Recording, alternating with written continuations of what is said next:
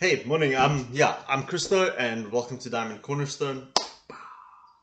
End of the year, and it's time for festivals and celebrations and stuff. So I'm probably gonna be gone from like tomorrow for a while. But there's lots of videos to catch up on, and buy a book, Basic Theory, just in text, and then voila, you can so to say fill in how my head broke open the labyrinth of this on the channel. And that's it. Okay, so today, for the past couple of weeks, I found Danica Patrick, her podcasts. They're quite exquisite. In between, there's Greg Braden as well, and Joe Dispenza, and it's actually really freaky if you think about it. These guys talk, but as soon as you put it inside a model like the diamond, it all makes sense, because you can actually then triangulate, or at least I hate triangulation, you can quadrulate across the diamond what they've said. Okay, so Rich Roll spoke last week, and she asked the question, and it's a crazy question, why do you sleep outside? And it was a matter of his wife likes it hot, he likes it cold, he fell asleep outside on the deck, found he really enjoyed it, slept really well, and voila, now he's got a glam camp tent up on the roof, and he loves it. But the bottom line, actually, or the trick there was, as soon as you look at it in the diamond, his diagnostic assessment was, I like it cold, and my wife likes it hot. They reflected. By default, he had an experience of sleeping on the roof. He learned a lesson. His character, his beliefs, values, attitudes, behavior was, hang on, I can do this again.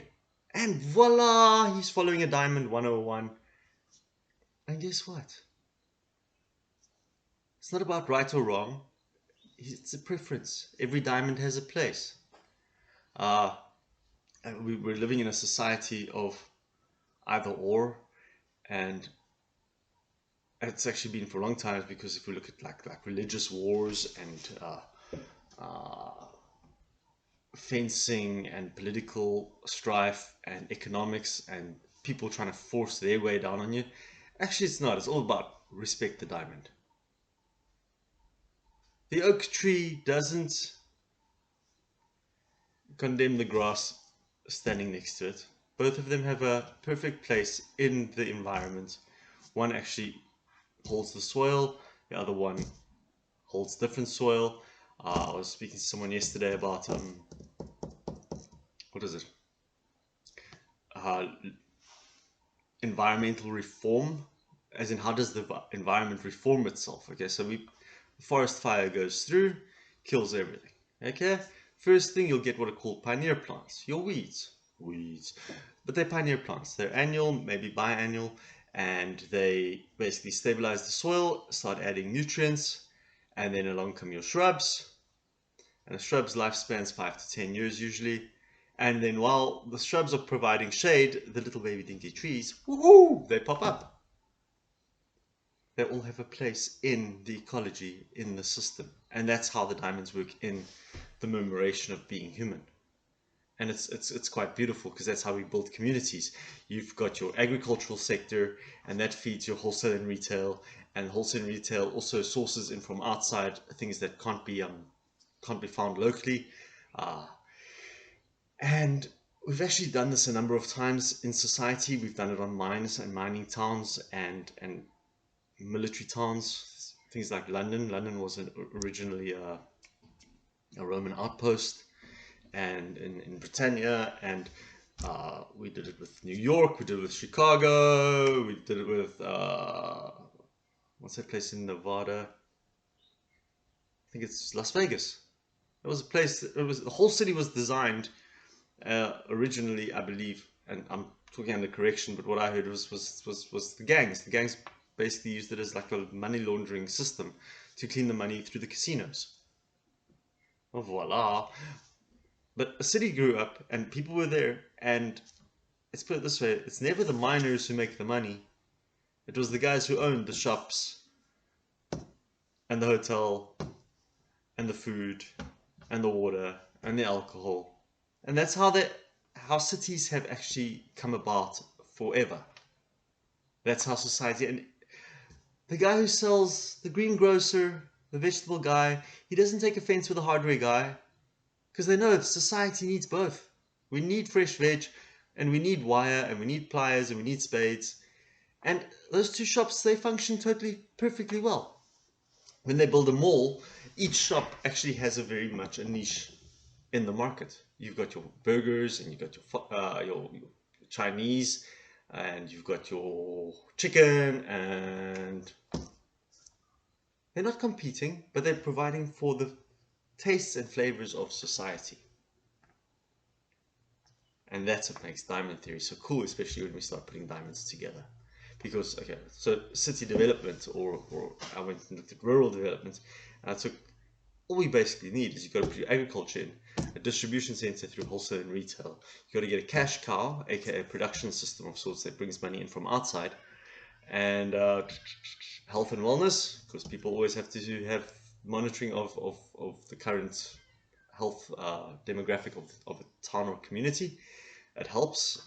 Old people also need care, and if you can keep track of just things like blood pressures and basics, just keep the finger on the pulse, as my dad always says. And so it's cash cow. Oh, and construction, obviously. We've got to build the infrastructure, because we're human, and we have to build houses. And talking about houses, this is going to be my house one day. This is a blueprint. Okay? Upstairs, downstairs. And with the blueprint, the architect can model it into 3 dimensions. And then we can stare at it from different angles. We can say, hey, can we adjust this? Can we bring this down? And then imagination kicks in. And actually, he's planning, and it's my reflection. And you'll see 2 diamonds are working together there immediately as well. It's phenomenal. And the diamond as a model, I believe, can streamline, synergize, and provide a serious amount of hope for 2023.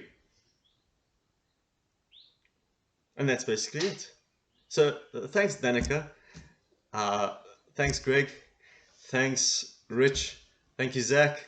Thank you, Joe. Who else? My beautiful wife, Mari-Luisa. My boy, Maria, who helps out in the house. The guys who work the garden. I appreciate you all. Linda at the school and all the staff there. And yeah, my list of gratitude at this time of year, I like December. It's time for reflection, looking at the lessons learned from the year. Sort out your character ethic again. Look, okay, maybe I was a little bit forward on that, and maybe I should hold back again over there. But hey, cut the diamond, be the diamond, align yourself. We can actually, no matter what the outside pressure is, we're human and we're adaptable. We can evolve. We can change. We can raise our frequency and actually reach the divine. So yeah, compliments of the season, and thanks for all the love and support. And yeah, I think this is a great time to round off the year. And yeah, like, subscribe, share. What else? Buy a book.